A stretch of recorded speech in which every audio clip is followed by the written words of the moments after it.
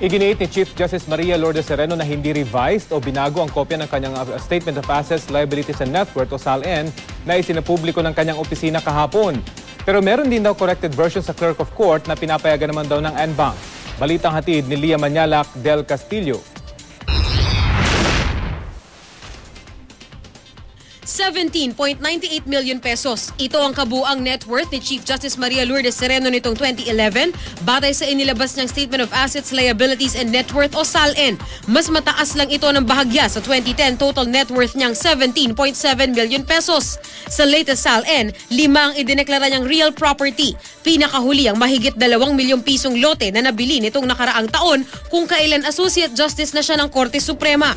Sa kabuuan, mahigit 10 milyong piso ang halaga ng kanyang mga real property.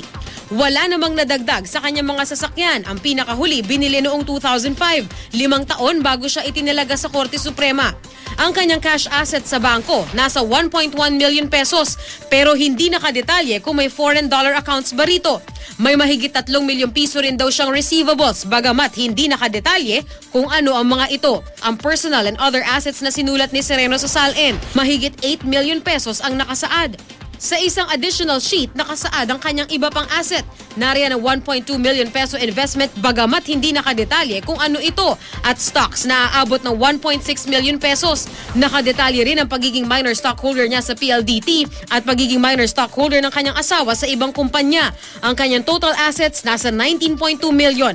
Sa kanyang statement, sinabi ni Sereno, kasama na sa assets niya mga naipon niya mula sa kanyang kinita bilang abogado ng gobyerno para sa kaso nito kaugnay sa NAIA 3 na natanggap niya mula October 2003 hanggang July 2008.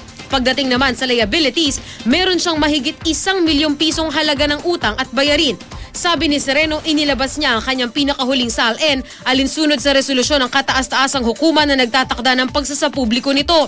Matatandaan ang issue ng hindi kumpletong deklarasyon ng mga assets sa SALN ang mitsa ng pagkakakonvict sa pinalitan ni Serenong si Renato Corona sa kauna-unahang full-blown impeachment trial.